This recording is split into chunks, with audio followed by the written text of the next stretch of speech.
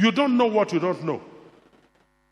So hide or folly by deliberately refusing to promote your ignorance. Learning in silence holds the key to growth.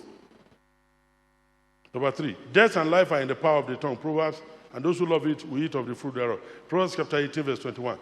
Researchers have shown that the words we speak affect us, our lives drastically. Once your ears hear what comes out of your mouth, the brain admits it as the true status you are living in. And then the conditions begin to manifest in your life. Therefore, you can save your life by learning to shut up, by learning to be quiet. It also helps you not to volunteer unsolicited information.